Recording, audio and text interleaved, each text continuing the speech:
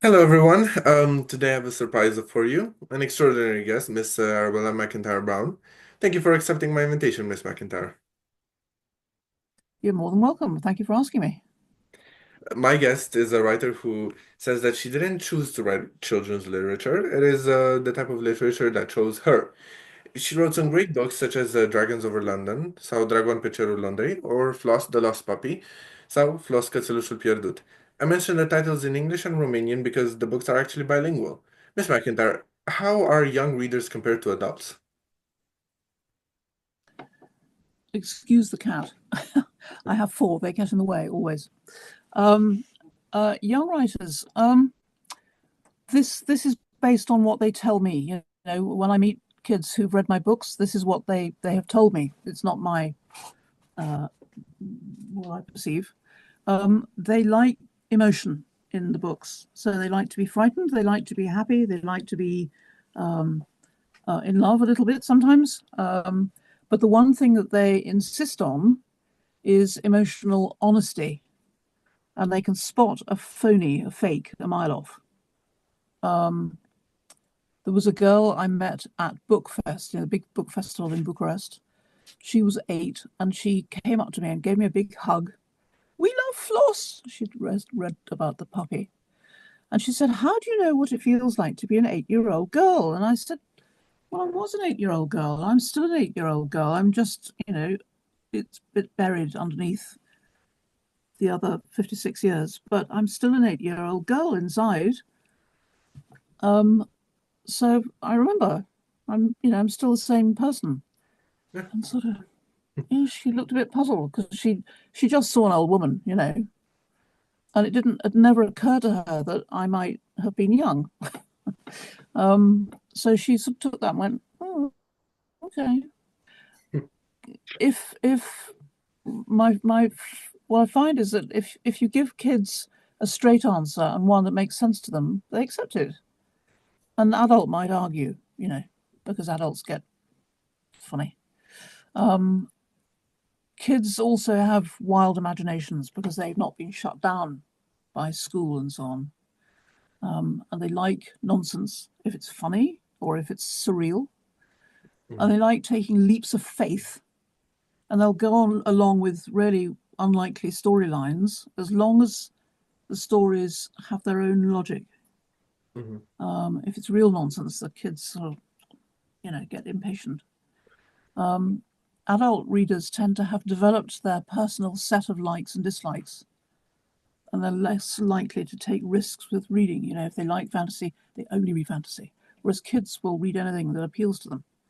Um, Yeah, that's true. One thing that really annoys me at the moment with the school system, um, as a whole, is not not just in Romania but everywhere, is that children's books are all graded, to be age appropriate. I mean, that's such nonsense. Who says what's appropriate for a child? I grew up in a household where there were loads of books, thank God. I was very lucky. But they belonged to my sister and brothers and to my parents.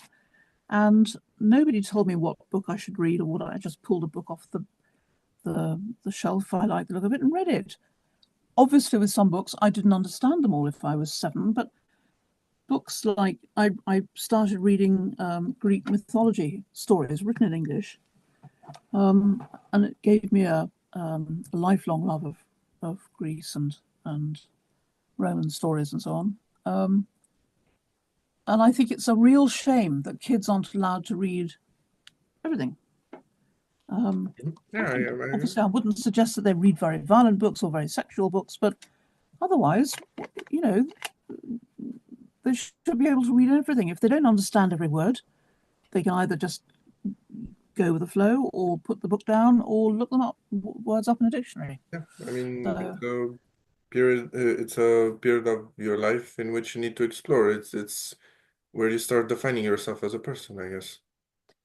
yeah, and yes, and I mean, the wonderful books thing about a shelf of books or a library of books, if you have such a thing, is that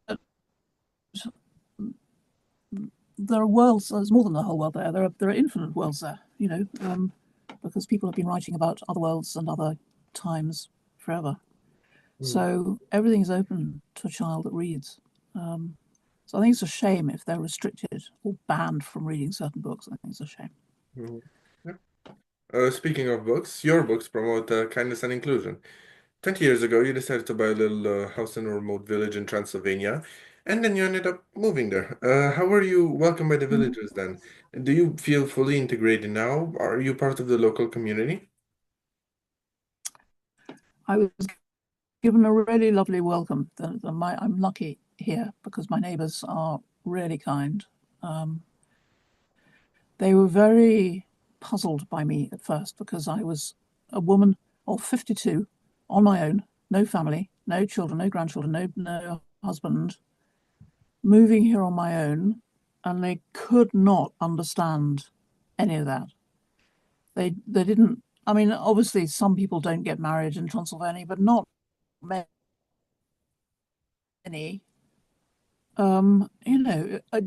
The analogy that I thought of for my memoir was that Romanians or rural Transylvanians, maybe, I don't know about the rest of the country, but they're like dogs, and I'm a cat, in that dogs live in packs. They like living in a big group, and they snap and snarl, and they play, and they get on with each other, and that life in the pack. Whereas I am a cat who likes to be on her own. I like seeing people, a little bit of social interaction, but I like being at home on my own. So that was very puzzling to my neighbours. But they accepted me. They accepted that I didn't go to church. They accepted that I was odd after a while, because when they discovered what I did for a living, everything became clear. You're a writer. Ah, now I understand. So clearly, in their eyes, a writer is meant to be eccentric. So that's all right. So, am I integrated? No, not really. Everybody here knows who I am because I've been on telly a few times, which they like. And I give people lifts up and down to the town in my car, which they like. But am I integrated? No, because I don't have kids that go to the school and I don't go to church, basically. And I'm a hermit. My Romanian is not good enough to chatter, so I don't go and sit around over coffee or to have a gossip. So integrated, not really, but I've been adopted, I think. I mentioned some things that appear in your books, like inclusion, for example. Do you see any other parallels that you can draw between your own life and the stories you write? About the books I write, well, up to a point. The new book that's due to come out any moment now is actually using my life completely. It's fiction. It's children's fiction. It's Mhm. told as a story, but it's actually every word of it is true. It's from my own childhood, and it's told from my old teddy bear's perspective. He's telling the story. So the little girl in the story, who is me, is a character seen by this teddy bear. And it was very strange writing the book because I had to look at this girl as a character, not as me. So although I was remembering the story, I was also having to rewrite the story from my teddy bear's perspective and looking at myself. And it was really weird because I didn't always like the child and what she did and what she said. I can't really explain how weird it was, but I hope you can imagine. But No. other than that, most of the stories are not about me or my life at all. But I think most writers would admit that even if they're writing things that they have no personal experience of, they will use things that they know about a little bit. So if you're writing about, I don't know, falling down and breaking a leg, It might be that the hero is falling off a mountain and breaks a leg, Mm. and maybe the writer has broken a leg falling off a horse or just in a car crash or something. But they can use that experience of the pain and the shock and the difficulty of recovering Mhm. that they Um, remember and you translate it into their character's experience. mhm. You mentioned this book, but what is the title? What is the title of it? This new book. Sorry, the Teddy book. The title. Yeah, It's called The Teddy Who Waited, and it's a very sad story, but it does have a happy ending. right. Um, and it's about love and kindness and all sorts of things. Hmm. It's a very sweet book, but it is quite sad. Um, so I hope it'll be out soon. And my dream, whether it'll translate, is to raise enough money to give away a lot of books to kids who can't afford books. Um, so we'll see if people will buy books for kids. That would be nice. We're talking about rural life, but what about city life? What do you do when you go to Brasov, Bucharest, or even London? What do you like doing there? Not a lot. I go as rarely as possible. I lived in cities for 30 years. I was in London for 11 years and Liverpool for 20 years, and that's enough. I was born in a place like this, like Marlborough, not in the mountains, but in the hills. People are very similar. They work on the land. They're very kind. Um, they're not stupid. They're intelligent, but they're not well educated. They didn't go to university or they have a basic education, but they're pretty smart. No flies on them, and um, they know different things about life than city people know, Hmm. and I appreciate that. Cities, to brush off, I go for shopping. If I have to go to Hornbach or Coresi or something to get whatever, I go buy the stuff, come back. Um, Occasionally, I'll meet up with friends. I mean, like once a year in Brasov. But I don't like driving at night anymore because I'm old and my eyesight's getting a bit dodgy. So I don't go to social events. And I miss that. I do miss that. I miss the cinema. I miss the theatre and the opera, and Hmm. meeting up with people in for coffee in a cafe or something. But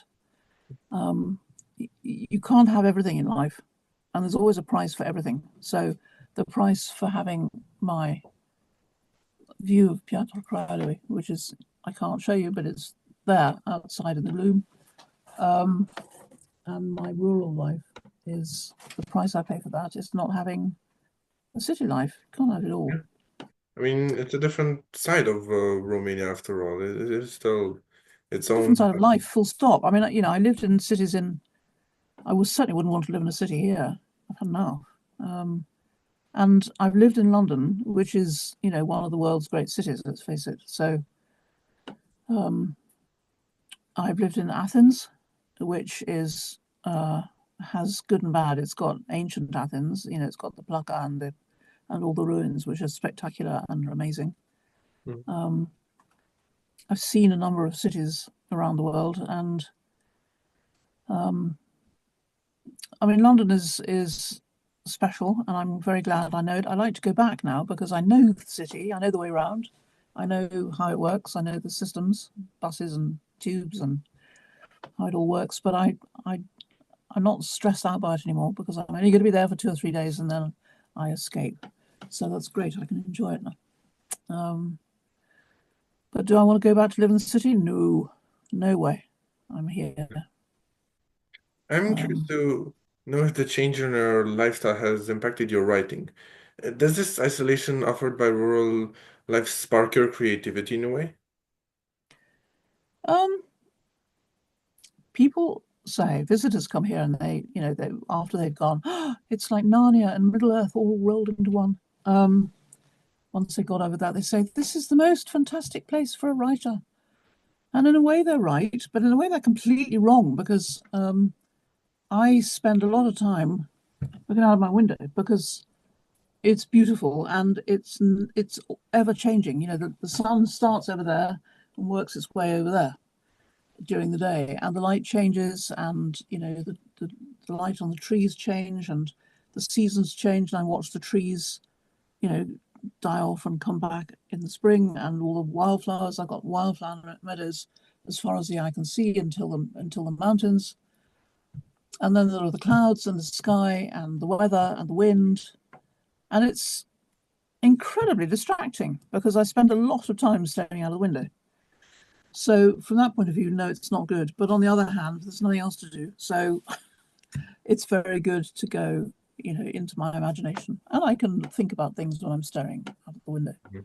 So But it for the basically forces you into your creative state in a way, right? it makes me think, yeah, it does. But actually the discipline of sitting down, ignoring all that and writing is a different matter. That's hard.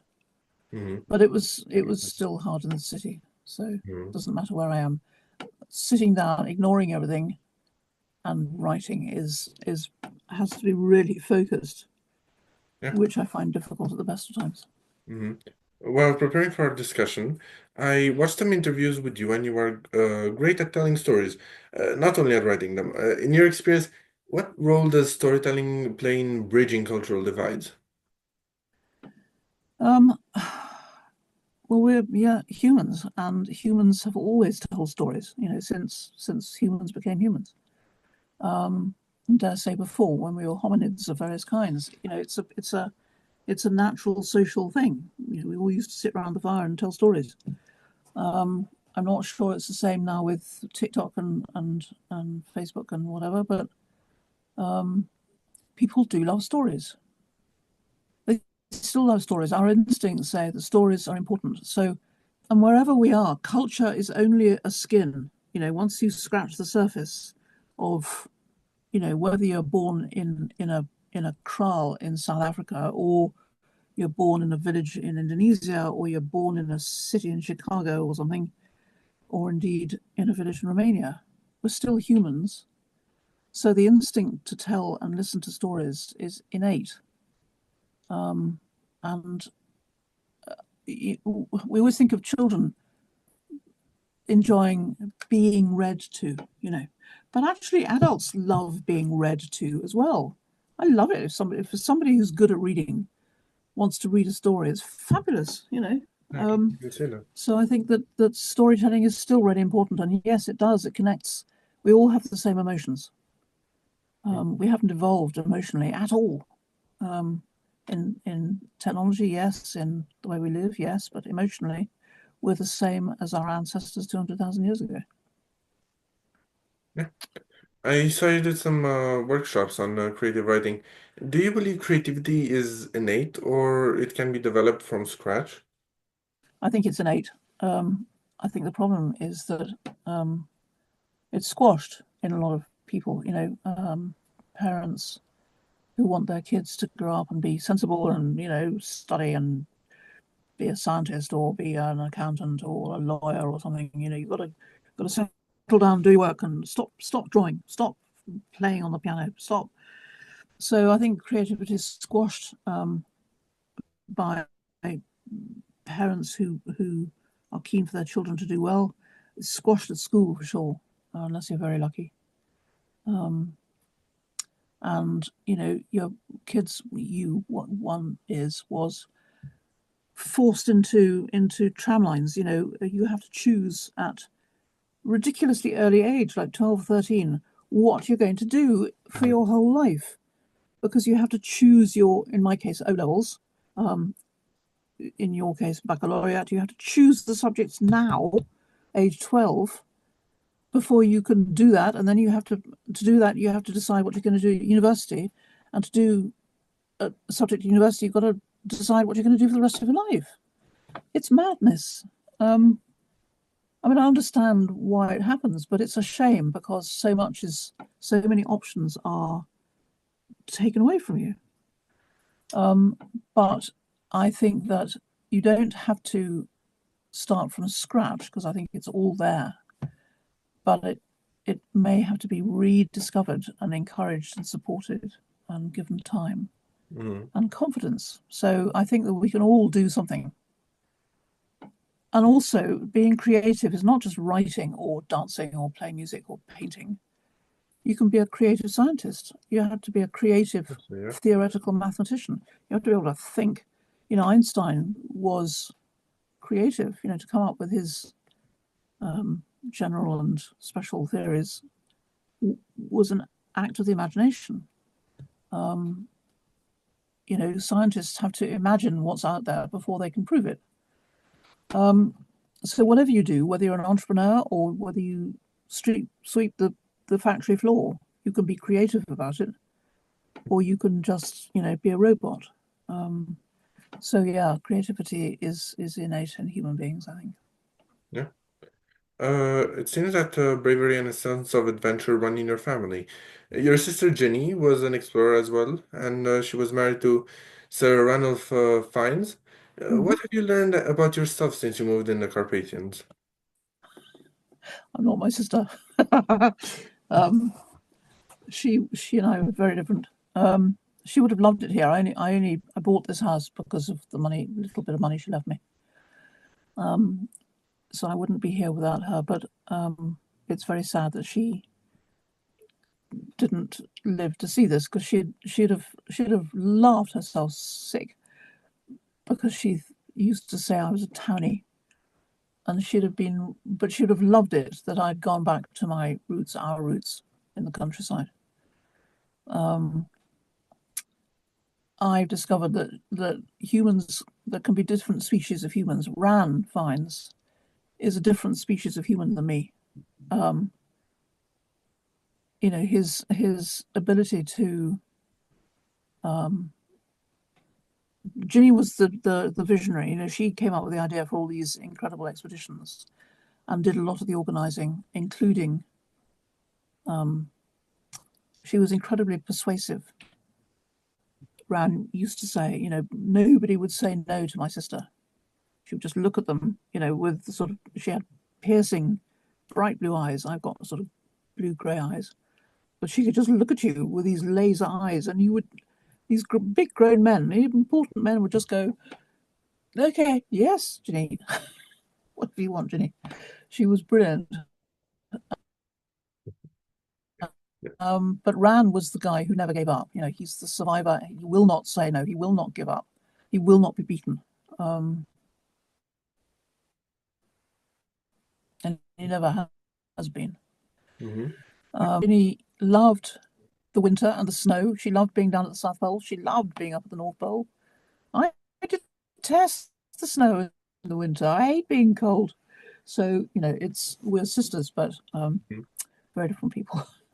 Yeah. But she wanted to write too. She was dyslexic and couldn't write for very long, but it was a sort of dyslexia that meant that letters sort of bounced off the page like jumping beans. She could spell like a dream, like I can. Hmm. But she couldn't. She wanted to write but couldn't. So we're alike in some ways, but very different in others. Yeah, Um, I know that must be very difficult. So I have this like interest and not be able to develop it in a way.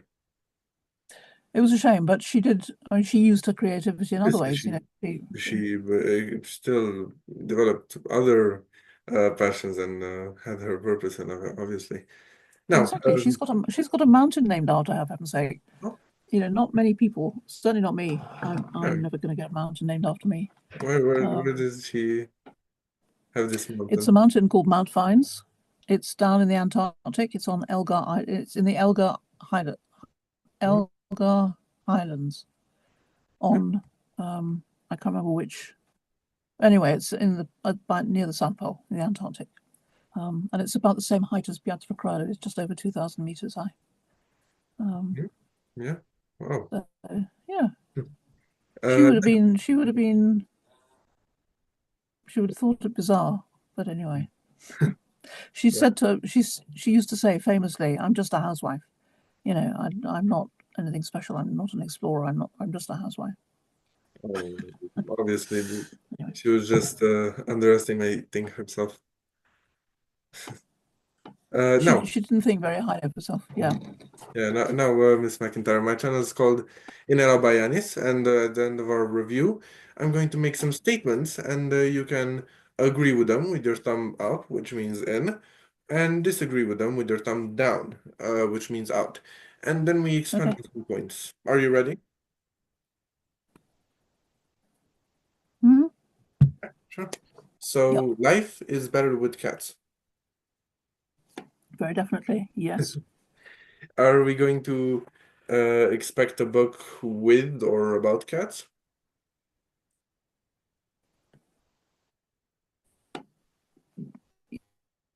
Yeah. Thinking about it. It would be. It would be. It's not something that wouldn't hasn't been explored before, but I would like to see your perspective on it, definitely. On cats. Yeah. Yeah. Well, I have Um, four of them. I know, I haven't. I don't know why I haven't written a cat story yet, but I've got a couple of stories in mind. mhm. Yeah, well, that definitely sounds interesting. What about I love Mamaliga Cobranza? Mamaliga, no. Brunza, depends. Depende. Chibuls, no. For our Once English-speaking viewers, that is polenta with cheese, a Romanian dish. I'm not that big of a fan of it either. I still like it, but it is definitely a taste for some people that it's a real childhood mother's home comfort dish. I yeah. just don't like the texture of polenta. So Mamaliga, no. Um, But I mean, it's not. If I was hungry, I'd eat it, but by choice, there are other things to eat. mm, Zakuska, for instance. yeah. So are there any other dishes like zakuska that you like or from that are from Romania? What other dishes do you like? Because we do have a pretty rich cuisine. You do. Um, the one thing I'd say that's negative, you don't do vegetables very well. You tend to overcook vegetables, or you did. There is now a new Romanian cuisine, Hmm. which is treating vegetables more likely, like We the French. But do we do zakuska, focus a lot on meat, that's true. yeah. But now, amazingly, when I first came, it was such a carnivorous country. But now in Brasov, you can find raw vegan restaurants. Amazing, and they're very good. Mm-hmm. So zakuska and is it tokata? Tokana is a stew, isn't it? Yeah, Tokata is a it's still, yeah. oh God, it's so good, especially in the winter. It's wonderful. Mhm. Um, yeah, I mean, some of the chorba. I won't eat chorba de burta. Burta, for your English listeners, is tripe. Yeah. No, No? it probably tastes delicious, but the thought of tripe. Oh no, no, no. Oh, it definitely it's a lot like polenta. It's more split on the like dislike ratio there. But I personally like it. I think it's pretty good. Yeah, well, visitors, when they don't know what it is, they order. If the waiter says, the chorba de burta, I recommend it. They and I'm sitting there, not saying a word because it's not my taste. I order something else, and they order it and they eat it and they say, "Oh, it's delicious." So as long as it's because I know what it is, I know what tripe is when it's raw. Uh, there is Oh, there's a vegetarian version though. It's with mushrooms. Yeah, it's also a good. there are lots of different chorba. Yeah, Um, chorba cu fasole, chorba cu all. It's a lot. I mean, chorba is just soup. a soup with a little bit of a broth with a little bit of borscht or vinegar Yeah. with other things in it, and it's delicious. It's just the burta that I object to. That's just me. That's my taste. So now on a completely different topic. Writing is a form of escapism. Um, yeah, uh, Like this. it's a debate, very debatable. That I mean, yeah, it's. I'd say rather than escape, it's exploration. you can use it to reading is an escapism for sure. But writing has to be an exploration because you're exploring other lives and other experiences in your head. So exploration rather than escapism. Yeah. If you were to choose one word to define what writing is to you, which word would that be? Writing. That's fair enough. One word about writing. Sorry? Sorry, say that again. If you were to choose one word to define what writing is to you, which word would that be? Essential. Ah, yeah, that's I have to do it. mhm. Yeah, I have to. Because there's too much going on in my head. I have to get it out. I mean, at one point it gets part of your lifestyle. It's like what defines it, right? That's what I do, but I spend a lot of time. I spend too much time on Facebook and I spend too much time on YouTube. But I love gardening. I think a lot about a lot of stuff. hmm Yeah. Because I'm on my own so much. I have a chance to think about stuff and then, you know, click into Google and find out more about it, which is fantastic. So my lifestyle it's terrific, actually. I can recommend it. Who wants to work for them? I can live very cheaply here. I doesn't cost me much to live here. Yeah, obviously. So I don't have to go and slave for a living like most of us do. I used to, but not anymore. hmm It's one of the benefits of aging. So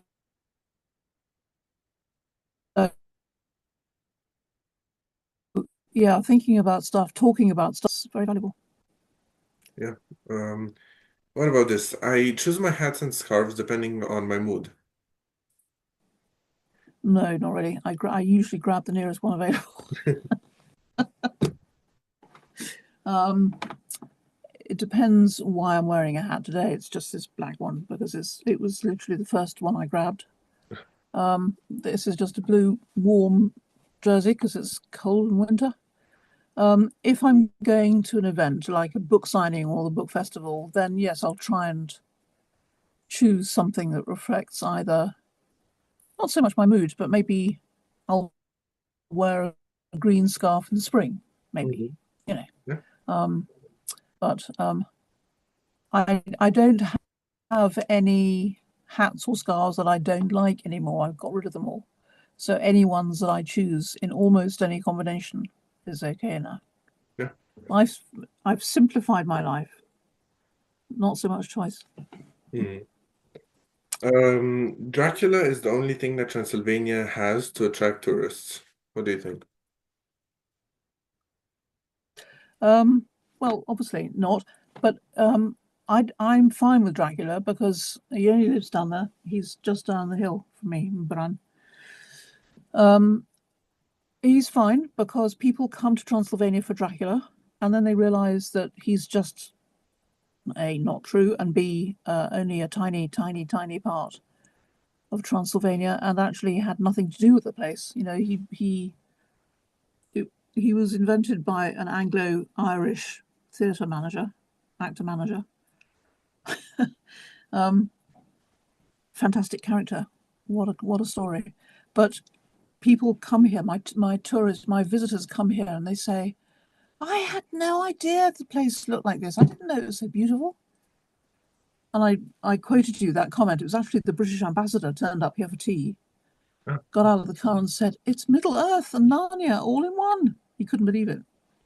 And that pretty much describes it. It's amazingly beautiful. It's still in this sort of part of the world and where you are too in the Upper Sen, very unspoiled compared to most of Europe. mhm. We still have miles and miles and miles and miles and miles of wildflower meadows and forests, and the bears and the wolves and the lynx and the eagles, and That's lovely. it's and there are castles, and there are the painted monasteries, and there are the fortified churches, and if you want to do the sights, there's months and months of touring you should do, and the people and the cheese and the food and the animals. Yeah, of course, any something like Dracula.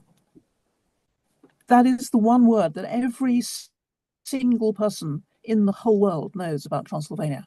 Yeah. Transylvania, Dracula. It's quite incredible. It's as a brand, it's unbelievable, Mhm. Transylvania. But they know one word and then they find that they discover the rest, which is great.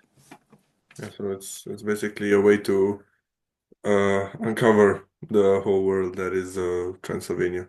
Yeah, you lure them in with Dracula. Actually, not anymore. People, I mean, when I first came here, it was still Dracula, but not anymore. I think a lot of people have heard that this is a fantastic place, and they come because it's in the EU now. It's even in Mhm. Schengen now, so it's easily accessible, which it wasn't for a very long time. It's like being anywhere in Europe. You can pay by credit card. You can stay in very smart, comfortable hotels. Life here is as easy as it is in Europe, in anywhere in Europe. So it's not difficult to come here. Mhm. And people have heard the words out, that Romania is a great place to go. Yeah, Uh, it's basically a word of recommendation that hmm, gets passed forward. Yeah. yeah, So anyway, always. Yeah. thank you so much. I'll wrap our discussion with the recommendation to visit the Western Carpathians if you haven't already, because the diversity of this country really blooms here. It's a whole nother story. So I do recommend. Mm. Well, as I say, I went up to the Apple for a long weekend, and it is very beautiful up there. But I haven't been to Cluj or Timișoara properly. Mhm. The trouble, I haven't been to Suceava, I haven't been to Moldova, I haven't been to Maramuresh, I haven't been to anywhere in the south. There's so much to see, but the problem is that I'm so happy here. Nothing could be better than this. There are lots that could be as good as this, but nothing could be better. Brasov is a fantastic city. Piatra Craiului is the most amazing national park.